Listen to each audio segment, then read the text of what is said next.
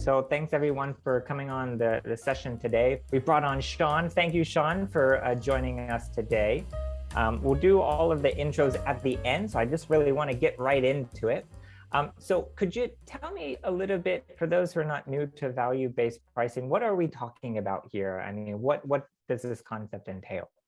Okay, value-based pricing, all it is, forget the hourly rate, forget the billable hour. And what you want to do is agree a price with your client that is fair to you as the owners of all this intellectual capital, this knowledge, and fair to them, and have it in some way linked to the value of what they're going to get out of it, so that you don't want to leave a value on the table. But the only way you can do that, to have that value, to get that knowledge, is have a conversation. And it's not deal with an inquiry through a website. It's not sending an email. It is having a conversation. And that's really it in a nutshell. Don't equate it to the hourly rate. And it's, if any of you remember that joke about a plumber who came to fix a machine and gave an itemized bill, and the bill was £100, and someone said, that's too much, give me a breakdown. And it was, £1 for the hammer and £99 for knowing where to tap. It's that kind of thing. So, law firms, professional services firms have intellectual capital. And interesting to hear one of the speakers today is in the marketing and advertising space as well. Interesting about that same thing. We ditch the hourly rate. Let's sell what's between our ears. So that means we're charging, let's say we're doing an M&A for a smaller company and an M&A for a huge company. We would charge different rates for that. Absolutely. Right, because the big company is getting more value from it. Is that an ethical thing to do? From that sort, lawyers like to position themselves as very ethical and all that stuff, right? So I had a really interesting conversation with a law firm owner last week, as she said, it doesn't sit easy with me charging two different clients for the same piece of work. I said, well, first of all, every client is not the same. Every individual is not the same. They're not going to communicate with you the same. And we got into the subject of prenuptial agreements for matrimonial cases. I said, okay, you do prenups. How long does it take you to do them? 3 or 4 hours. Okay. And you like to charge the same amount? She said, yeah. I said, so if David Beckham got divorced and then he's going out with somebody else, so this new lady comes to him and says, I'm marrying David Beckham, going to do a prenup agreement for me. Is that going to be the same for someone else? And the penny drops, and she said, well, it's riskier, isn't it? I said, of course it's risky. And 1 in 3 marriages ending in divorce, that means 1 in 3 prenups are going to get scrutinized very closely. So price it accordingly because they're risky. Price it accordingly because there might be billions at stake. Okay, well, you just flipped a switch there for me, right? The risk part of it is another, thing to take on. Okay, all right. So I think general concept, value-based pricing, we kind of understand, right? We're getting away from the hourly rates. We're looking at the output and charging based on the deliverable, right? And how much value the clients would get from that. So let's say, all right, we buy into it. We're all gung-ho. We've read all the blogs. We read, all the stuff on your website and watched all the YouTube videos. And we really want to start this in our firm, or at least get the ball, rolling on it. How would you recommend the BD teams maybe sort of tactfully bring up the topic of value-based pricing, or just considering it? You've got to do some research. Okay, before you bring it up with anyone, do some research. And the first bit of research you're going to do is have a chat with your finance partner and say, can you give me some information here about what are our write-offs? What do we write off every year? If you analyze write-offs, and most firms do, my old firm used to have 13 write-off codes. So let's see why we're writing off this stuff. Because, money is going out. We're not billing for this anyway. So let's understand that. Have a word with a compliance partner and say, how many of the compliance files that you've got on at the moment relate to fee disputes? And the vast majority of them will be disputes over fees where you've gone over budget, you haven't told the client, and all of a sudden the client's upset. Have a chat with the HR people. Interesting enough, at the moment, we know about the Great Resignation. There's some interesting stats, particularly coming out of Australia, of young lawyers not wanting to work for firms that do billable hour work. They go in-house instead. So actually, if you're chatting to HR, are you going to have a better proposition to recruitment if you're going to say, actually, we don't do the billable hour here? Everything we do is value priced. So you haven't got to be accounting for 6 minutes of your life every single minute. So those are some of the research that you can do. Then you have the conversation with the CEO or the board members or whatever. All right, that's good. Yeah, so we all should be sort of digging around, asking finance, oh, what are those write-offs? Because we all know they happen, right? There's, oh, yeah, oh, we're discounting this for this much, or, you know, whatever. And just find out that money that we're leaving, or not on the table, but we're not charging, that can be quite sizable. And I think maybe the managing partners may not have looked at it. Okay, last year we wrote off all of this, right? They may look at it once here, and it doesn't really compute how significant it can be. All right, so that would be a good precipice. And then we just sort of raise that at a partners meeting or talk to someone and say, so why is this happening, right? What can we do to fix it, right? Well, what you want to do is raise the fact that, because the board are going to be focused on the firm's strategy, and what if you want to be asking questions about what the strategy is, and they're going to say, oh, we want to develop this area, or we want to make more money, or we want to do that, and then you can try and link value pricing in to it becoming a strategic objective for the firm. And you've got to set it as a pilot project. Don't go big bang, because no one, you know, a paradigm shift is a big thing to do. Sell it as a pilot. Okay, so I think for those watching on YouTube, the shortened version of this, I think we're going to discuss that more in the roundtable, like maybe the steps of how to set up a pilot project. So if you're watching on YouTube, just head over to the website to see the full version. But I want to start getting into some of the common pushbacks, right? So let's say we do raise this. What's like the number one thing that lawyers typically fall back on and say why we must stick with the billable hour? What's the most common thing? Usually it'll be that won't work in my work area, and then like litigation or something, right? There's just we don't know how long it's going to take, or what. That's one thing where we can't price the whole job. Well, you're not being asked to price the whole job. You're just being asked to, with value pricing. When I always talk about dropping a pebble in a pond, you get the concentric circles. You know, or any litigation lawyer will know, to draft a letter before action about a neighbour dispute, about a boundary dispute, they know how long that's going to take and they can do it. Next concentric circle, they know what the likely repercussions of that letter landing on a doormat are going to be, so they can anticipate this. The further you go out, you get in the realms of who the hell knows what's going on. Well, actually, just price the first two, because that's what you do know and what you can assume is going to happen. No one comes into you and say, how much is this action going to cost me? I spoke to one law firm the other day, and it was a client was going to, very, very wealthy client, wanted to get divorced. How much is the whole thing going to cost? I want a fixed price now. How can you do that? You haven't even worked out what the assets are, let alone to say, you know, but that guy wanted a fixed price. And my advice to my client was just price the first bits, hook them, so just and then do that bit. So just do milestone pricing, right? It probably is better for, you know, touch points and, you know, just a better client experience, right? Absolutely. Okay. And I think how I would respond to that is you've probably done hundreds of these, right? You kind of know generally how much it's going to cost or how long it's going to cost. And if you bite the bullet a little bit, you go over, under, at the end of the day, it'll sort of all evens out, right? But that's if you're just trying to do it at cost, you know, the cost of time.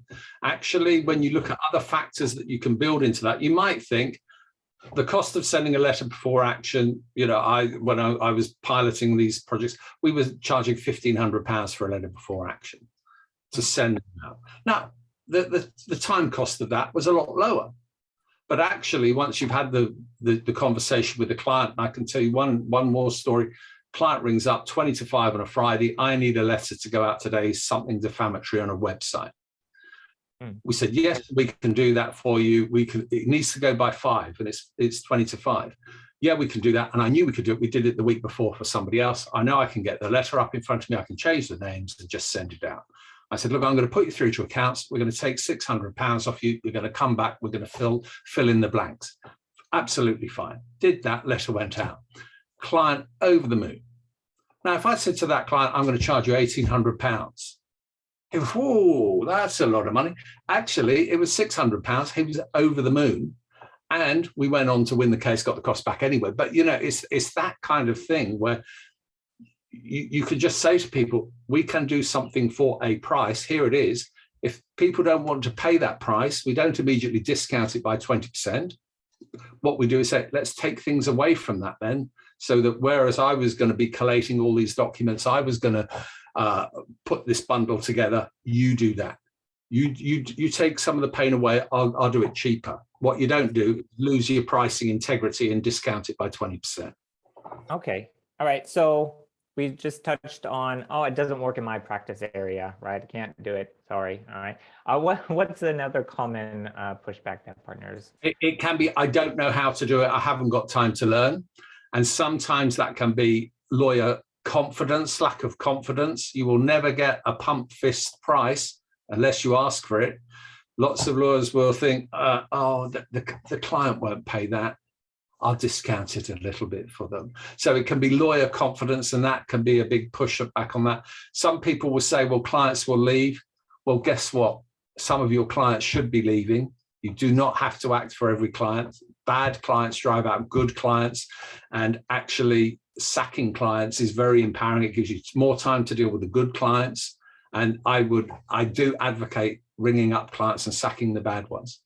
Okay, so that sort of icky factor, I don't want to talk about the money sort of thing, just saying, oh, here's my hourly rate, it's going to take me this long, that sort of takes that ickiness away, right? So yeah, how can we sort of encourage them that, oh, okay, actually we should be doing this, maybe someone else can price the matters for you, right? You shouldn't be pricing your own stuff. Absolutely. No one should price their own work exclusively. There should be two pairs of eyes on every price, so that one of your colleagues can challenge you and say, well, Shaun, why are you proposing that one? Let me have a chat with you about that. And if you think about it, why do footballers and actors and barristers have clerks, footballers and actors have agents?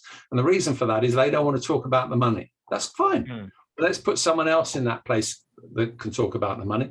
People who don't price, who don't feel comfortable with it, don't price. Let someone else do that, so they can present you with a bit of work, with the money on account and the compliance stuff done. You just get on with the law then, and that's fine.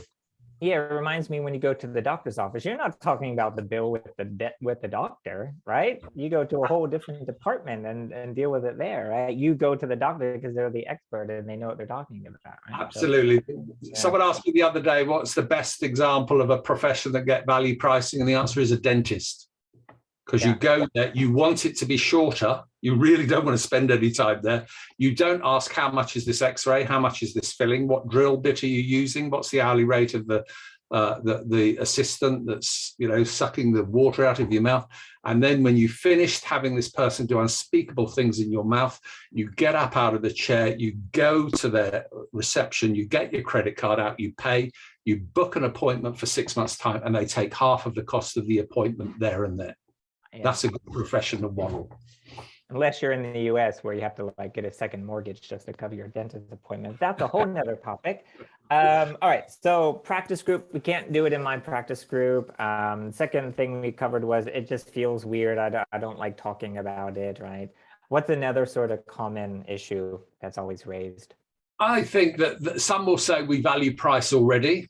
That they don't. What they tend to do quite often is do hourly rates in drag, as I call it, where they just think, oh, this is going to take me 3 hours, so I'll just do my hourly rate times 3 and do that, because they don't want to have that value conversation. And having a value conversation is really focusing on the outcome. What is the outcome the client gets, not how long it takes me to do that bit of work. And other people say, my clients won't like it. Well, I guarantee you, your clients do not punch the air when they get a letter from you saying the hourly rate is £300 plus VAT. And we're coming up to April now, new financial year for law firms in the UK, with inflation at 7%. So the hourly rate letters are going to be going out, and lawyers will be crafting letters that say, just to let you know, our hourly rate has gone up from £300 to £335 an hour, and we're sure you appreciate that is very good value concerning the current state of inflation. No client is going to go, oh yeah, they're really right, I really get it. That is good value, isn't it? They're not going to get it. They hate it. Give them a fixed, if you can give them an hourly rate or a fixed price, they're always going to take the fixed price. Okay, so and one thing that I want to ask you about is I was raising this topic, and one of the lawyers said, well, we need to, maybe we do the value pricing, which is fine, right? Okay, maybe they've bought into that, but they still want to track the lawyer's time. Yeah. So they can measure, right, the inputs, right? Productivity and all of that to see if it, all the things that come from measuring time, right? What do we say to that lawyer who really thinks that we should be measuring the time just for that? That's it, that can be okay, and usually when you're leading to the utopia that is not time recording at all, you will carry on doing time recording for a while to make sure that you can say, look, we know we are making more money now by doing this. Some cases, litigation, you might find that, well, if you win a case and the rule is the loser pays the winner's costs, you might have to show your workings and your time recording. So yeah, you might have to do that. Firms that are doing legal aid work, publicly funded work, they're going to have to do their time recording. So there are areas you will. Other areas, non-contentious areas, you don't necessarily have to do that. But if it becomes a little bit of a comfort blanket, if it's going to help get them over the hurdle, fine.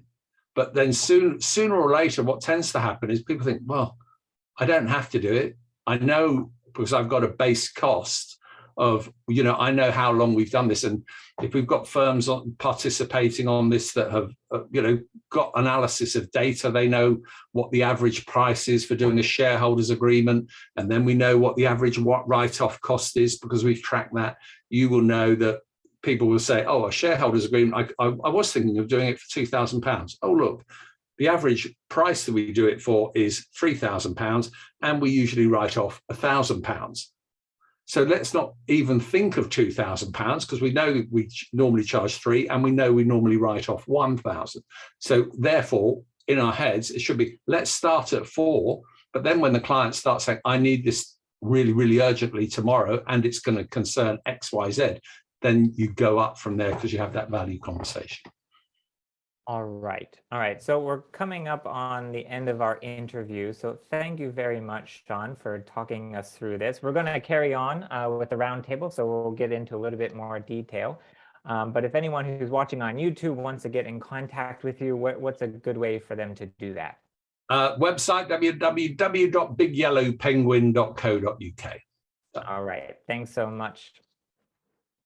Okay, so now we're just going to transition into the roundtable. So I'm going to let everyone unmute themselves and start their videos. And again, this is a roundtable, virtual roundtable. So it's great if you can put your videos on so we can see who's talking and who has a question. So does anyone have a question for Shaun about this? I have quite a bit, but I'll let you guys go first if you have anything. Anyone? There's always someone who has to break the ice here. Is it going to be Matt? Yeah, I'll start. Well, thanks, Shaun, for that. It's really interesting. One of the areas I work with in our firm is private wealth, private clients. And I remember a conversation with a partner a little while ago where you're talking about a particular piece of tax advice that would save, thousands or millions or whatever it is, similar to what you're saying with the Beckham hypothetical example. Have you experience in advising on private client, private wealth situations, because it's coming out of their personal pocket, not necessarily an in-house counsel where it's coming from their set budget, and how you can absolutely get the message across. Private client is a great area to start value pricing, and what I encourage everybody to do is think about gold, silver, bronzing that service. When we go and wash our cars, we look at the menu, we decide which car wash we want with what features, what soap, etc., etc. You can do that for wills, trust, and probate. And 6 years ago, one of my partners was saying, no, we can't do that. Guess what? We did. And you can end up with a gold, silver, and a bronze service with prices starting from, not the price is, but prices starting from. And then when you start having conversations with somebody that has got £100 million as estate or something like that, then when you start talking about what we can do for you is X. We can save you this amount of tax. We can sort this out for trusts for children, et cetera, et cetera. When the price is presented as in relation to the value we're going to create by saving you £200,000, if they then hear a figure that is, and we can save you that, but it's going to cost you £50,000 to save 200,000, they might think, well, that's still for me good value. And what we've got to remember is that value is determined by our customer, not us. We will all have different perspectives of what's valuable to us. If we look at all our wristwatches at the moment, all our wristwatches do the same thing. They're going to tell us the time, but they will be different values, because actually some of us like to think, yeah, I want to spend a fortune on a watch. Others will think, no, I don't care. I don't even have a watch. I'll look at the time on my phone. So it's about understanding those individuals and pricing accordingly. There's a, Matt, are you from the UK? Yeah. Okay. There's something in the Gazette this week. If you look at the Law Society Gazette news headlines, there was a solicitor that spent 4 days, I think, being cross-examined about how he did a will on £100 million estate and charged £140. I'll just repeat that, £140 for a £100 million estate. And he described himself, giving his evidence on oath, as the Primark, and for those of you who are not in the UK, Primark is not the greatest clothing brand, as the Primark of legal services. Madness. And client selection is paramount. Why would you even take on the risk of £100 million estate for the sake of £140? So, yeah, it can be done. People have just got to be brave. For a billable hour, you need a calculator. Okay. For value pricing, you need courage. Well, I take it none of this is taught in law school, right? No. Do you know what? Interesting enough, there's a guy called Phil Brown. He's on LinkedIn. He's doing some stuff with the College of Law about negotiation, and he's doing negotiation cards. But the students are having to buy that course as an extra course. And it's negotiation cards with apples. It is brilliant. I encourage you to have a look at the website. But these students are doing it and trying to learn how to negotiate. And I've participated in some of their exercises, and it is really, really, it's enlightening, it's empowering.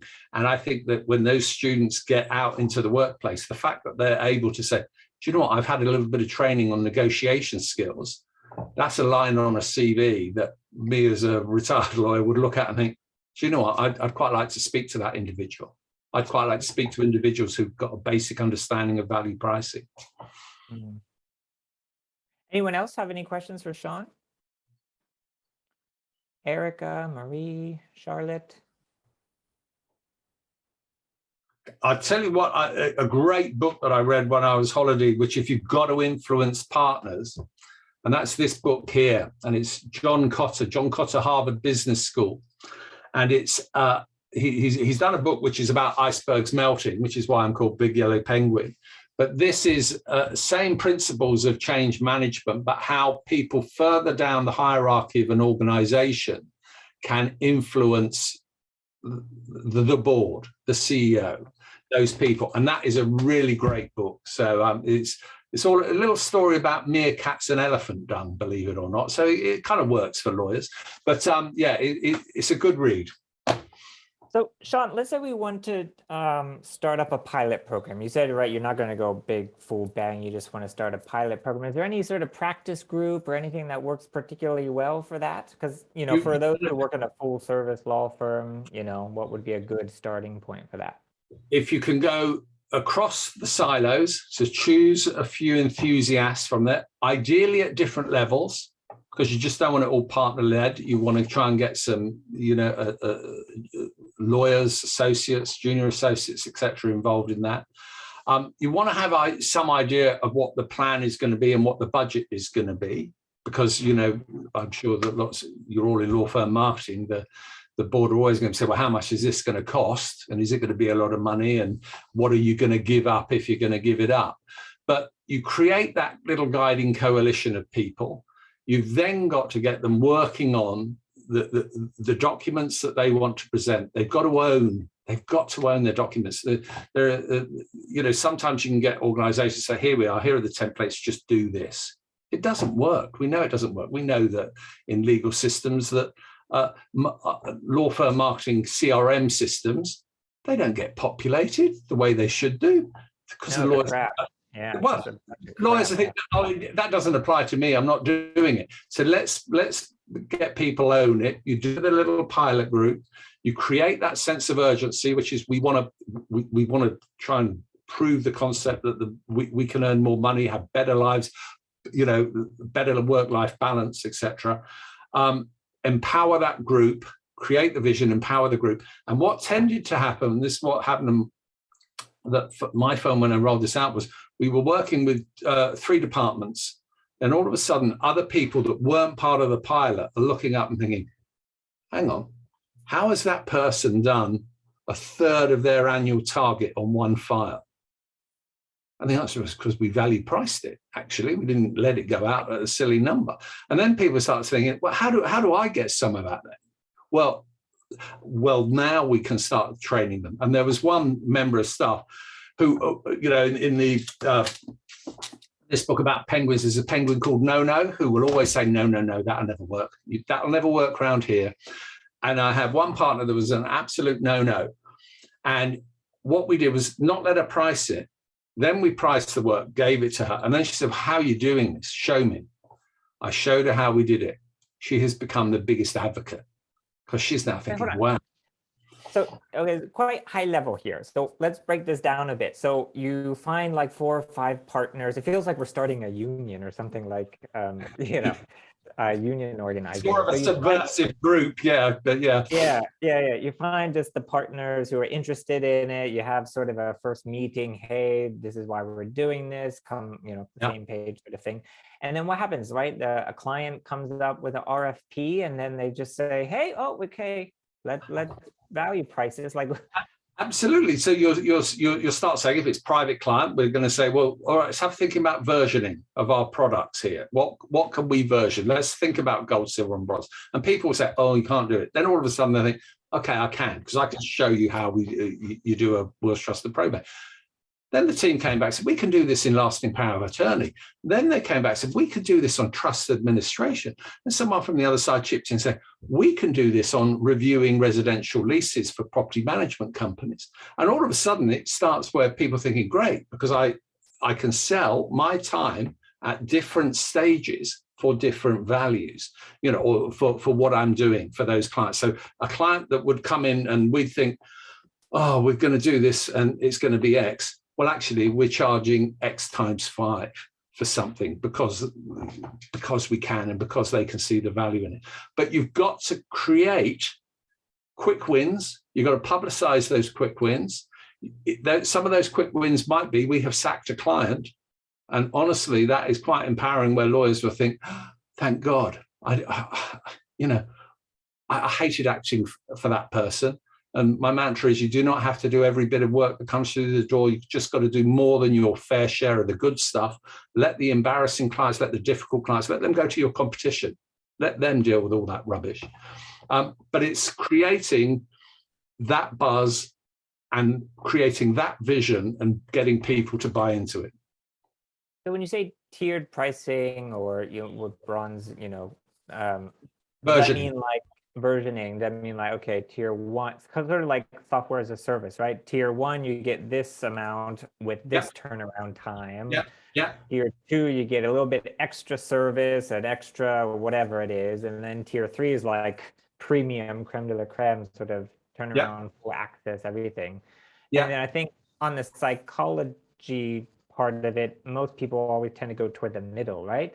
But they can see, oh, but they also do this, and oh, we're not getting this. So maybe next time they might want to go with the higher tier. If somebody comes in, taking Matt's point of private client services, if someone says, I want that partner to do my work, well, it might be the case that actually just a standard lawyer can do this work. It doesn't need partner level. But if they're saying, I want the partner to do it, great, that you can have that, but you're going to pay a premium for it. Because with that's what you're having. If you want unlimited calls on a matter, we can grant you that, unlimited calls on a matter, but you're going to pay a premium for it. there's one area of work where on a particular kind of residential property transaction, you would end up with 50 clients all buying into the same project. And what we said is, look, if we only want to deal with one person, we'll deal with that person, they disseminate the info. If all 50 people want to speak to the lawyer, sure, we can do that. But guess what happens with the price? It goes up. And so you can tailor. And once you get the ball rolling and your people start thinking, well, how can I tailor this? They soon come up with very creative ways. You hear pennies dropping left, right, and center. So anyone else on the call, feel free to jump straight in, ask any questions that you may have. Shaun, I've got a question for you. I'm just going back to the bit about sell what's between your ears. It's very interesting. I was working with a law firm previously that had a really good commercial property department.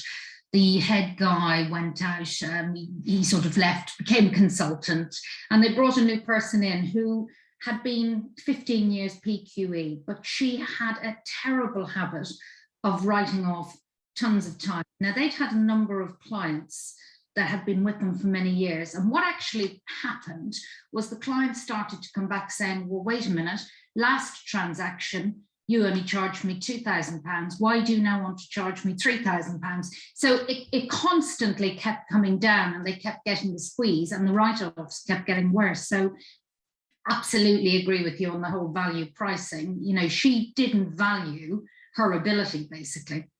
And just sort of say that's quite common. I've seen that quite a lot. What, you know, with sort of junior people coming in, obviously this should be something that junior lawyers should really be made aware of. Value pricing is so important.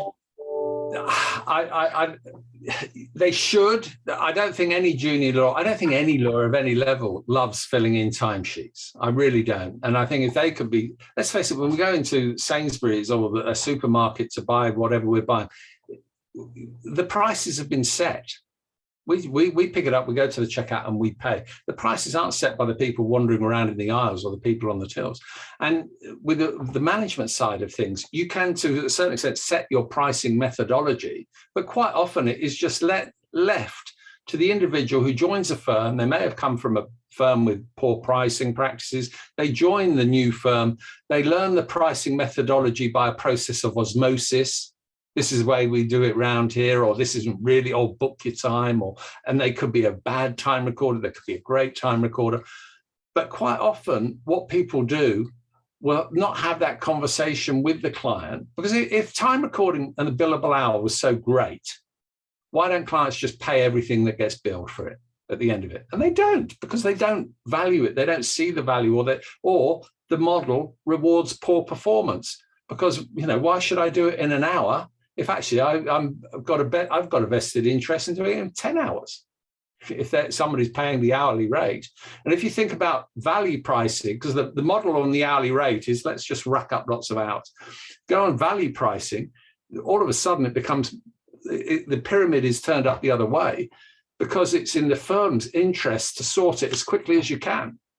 Because if you've agreed a price, and that's for doing that output, giving that bit of tax advice, saving that money, do it as quickly as you can, because then you can either go home, hurrah, you can work part-time, hurrah, or you can do more work. And law firms will be setting budgets this April, whereas they're going to work on the chargeable hours, 1,400 chargeable hours, 2,500 if you're in America, 1,400 chargeable hours times the hourly rate. Why have that artificial ceiling imposed on your business? You don't have to. And they, you know, it's same in advertising and marketing. And there's a great guy called Tim Williams who's written a brilliant book. He's in that space. I encourage, I think it was a healer to have a look at that. Great book. And what they do is actually almost license their intellectual property. Yeah, we can do all this great stuff for you, but you're effectively being licensed to use our intellectual property stack. Now that's interesting. But yeah, let's sell what's between our ears, not worry about, you know, the only time that our clients are interested in is how long it takes us to turn it round. It's the only time they're interested in. I assume we're going to make lots of mistakes, you know, when we, yeah. we're doing this, and that should be understood as we're starting this. But like, let's say you have your first RFP come in. Like, how do you know how much this is valued to them? Like, do you go on their website to find out their annual revenue? Like, how do you? Like, absolutely, you do your research. You might want to find out, well, as part of your investigative process, you might want to have a call to say, well, talk me through what your incumbent have been up to. I know it was Levi Strauss a number of years ago, the jeans people. There was a big fanfare when they gave all of their legal work to one company for the year for a fixed price. What they did was have a big conversation. This is what we're doing. This is what we do in a typical year. And they agreed that if there was anything that went out of scope of that, all of a sudden there's, I don't know, some major takeover or something, that wouldn't form part of the annual revenue spent. But what they wanted, the in-house team, want to know, what's it going to cost us for a year? Because then we can budget for it and we're going to pay you for it. And then all of a sudden the lawyers think, yeah, we want to do this as efficiently as we can, because the following year, the company's going to say, we need you to save 5% this year off your spend. And if you're working on the projects, you've got them running efficiently, and you're anticipating some of the legal needs. You might find that you've got a client that has loads of employment law disputes. Well, if you can stop them, those disputes arising because there's a manager that is just, awful to deal with and creates all this litigation, you can solve that problem there. That, when next year, is going to be, enhanced revenue, isn't it? Because those problems don't arrive, but they're going to pay you a chunk of money for an annual fixed fee. Are there any good examples of UK-based firms or any firms around the world that have done this, so we can sort of see how? Well, because I'm trying to think. So for me, I'm a BD person, so I help prepare the marketing materials. Just trying to think. This would be a good sort of sales point, right? We're not, absolutely. You're not paying us to be inefficient, and all the sort of slogans that we could put on the marketing materials. Are there any good examples? Law firms will be saying to you, what's our unique selling point as a law firm? Well, it can be, we will never deliver you a bill that you have not pre-authorized. Well, that's okay. That's interesting. That gets me away from the alley. A lot of good work being done in Australia. And a lot of the firms are actually smaller. There's a great firm in Perth, Western Australia, called Lynn & Brown. And have a look at their website. There's also a firm called Moore's Law. I think they're in Melbourne. And a guy called Matthew Burgess, who is in Brisbane. And Matthew is... if you know John Chisholm at Verisage, Matthew Burgess is a Verisage fellow. And Matthew he's got some great stuff going on. And he's into pricing stacks, Tim Williams type pricing stacks. And I can't remember the name of the latest firm that did it, but they had a video on their website of their lawyers burning the timesheets on a barbecue. That's an interesting press release to put out there, wasn't it? Well, I think there was one Australian firm where they had like a subscription model for clients. Yeah. Where you sort of pay a subscription, you get sort of extra access or whatever. That just seems like a retainer. I don't. How does that work? Well, Matthew Burgess has got a subscription model, and if you have a look at his website, it talks about the levels that you're getting and what you're getting access to, and it's tiered. Interesting stuff. And I'll send you the link afterwards, Will. But John Chisholm, who I know has spoken on this roundtable previously, he's done a very interesting article recently all about subscription pricing. So there's a lot of good stuff out there. And really, the marketer's job is to kind of condense this, present it in bite-sized chunks so that the management can say, do you know what? I get it. I'm going to get on board with it, and we're going to give it a go. Give it a go as a pilot. They're never going to go big bang and say, yeah, all right, let's do it straight away. But you create those little champions, those little meerkats who are going to think this is great, and they're going to want to actually try and make some money for their lawyers on the back of it. And remember, you're pricing the client. You're pricing the client. All clients are not the same.